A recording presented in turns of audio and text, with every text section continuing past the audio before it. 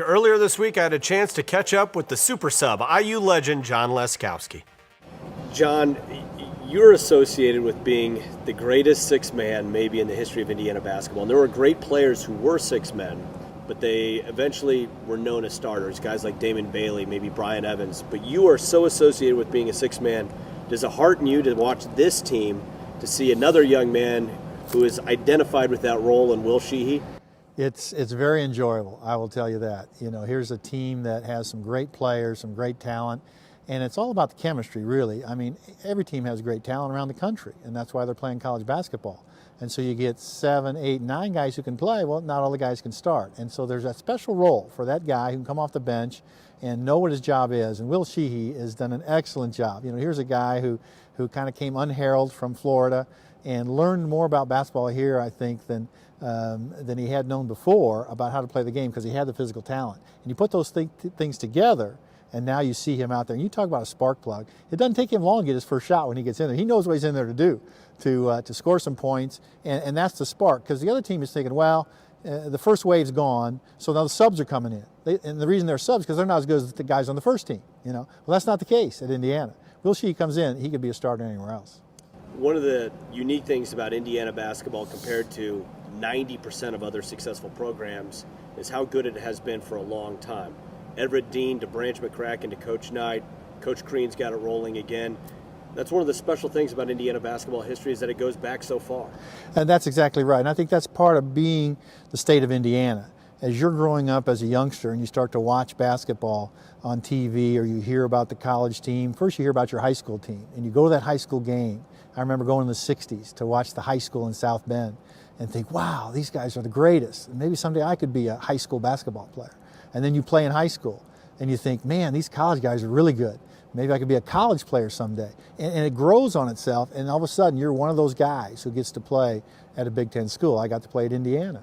And it is so exciting to see that dream come true. And then when you get to an Indiana, knowing that the tradition it has of Big Ten championships and national championships, can I be a part of that? And that's why I think we have a unique recruiting opportunity in the Midwest, where basketball is king, and a great history of the program. Speaking of history of the program, I think this is the segue. There's been a project that you and I actually have been working on together called Hoosier Rising, the past and present of Indiana basketball, chronicles the history of Indiana hoops, countdowns the 25 best players in the history of the program, the 10 greatest teams. You might have been a member of one of those teams. This has been an exciting project to work on. It has. It's been over a year in the making, and there's so many neat things that happen in Indiana University basketball history, all the way back to the start of the program in the 1900s. Everett Dean, the dean of coaching, if you will, for Indiana basketball, to Branch McCracken, Coach Knight, of course, and now Tom Crean. And we wanted to talk about these great moments of Indiana basketball that people, no matter what your age is, probably haven't heard some of these stories and some of the facts and some of the video that we're uncovering to show in this DVD. And I think it's going to be a great chronicle of Indiana basketball. And if you're an Indiana fan, this is going to be something you want to see, because it's going to show you things you don't know about Indiana basketball, and you will become a very expert fan about what Indiana basketball is all about. You mentioned some of the footage that we were able to find. We went through the Wells Library archives. We got in contact with the NCAA to find some old tournament archives. And as a fan, I've always wondered, what was George McGinnis like when he played in college? What was Walt Bellamy like? I wonder what it was like when Bobby Leonard sunk that free throw to beat Kansas for the national championship. You're actually going to get to see those plays. Absolutely. We've got the national championship game that Slick Leonard made those free throws. We interviewed Slick. I was there to interview him, and he had some great comments about his career at Indiana, what he remembers from 1953. That's 60 years ago that his team won the championship with Don Schlund, of course, that great center.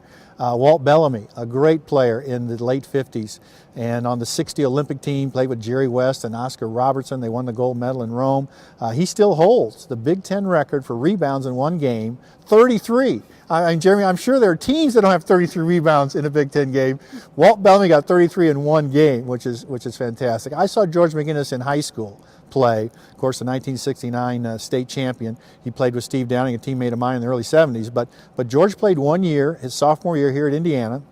He averaged about 29 points a game, averaged 15 rebounds a game, 6'8", 235. So he was really the first LeBron James that there was. In 1970, ESPN wasn't around. Nobody around the country saw him in that college year, and he was so good that he went to the pros after that, had a great pro career, and a really great guy.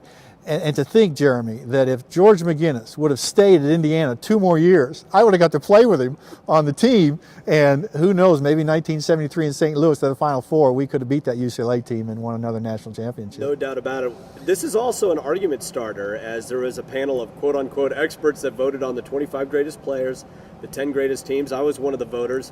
And one of the interesting things is I've seen the voting shake out. I get kind of mad because my guy I picked number 1 is number 4 or whatever. It's going to be a great thing for Indiana fans to follow. There are guys like yourself and Kit Klingelhofer, Bob Hamill, have been here a long time. We went to them because they saw some of these players live that I just mentioned, and they saw these players of the 80s and the 90s, and they have a great input as to who they think the best players and the best teams were. And I think you're going to find it very interesting to see how that did come out. And it does cause for an argument. Say, wait a minute, how can that team be ahead of this team? But what the great thing is, it's all Indiana basketball, and it's just going to be a fan-friendly. And I think the other thing, too, is, Jeremy, that we wanted to do this in cooperation with the athletic department. And so they had final proof of everything that was in there, and this isn't going to be a shock video of, did you know this happened and that happened. We're talking about the great things and the great moments and things you didn't know about Indiana basketball we think are so important.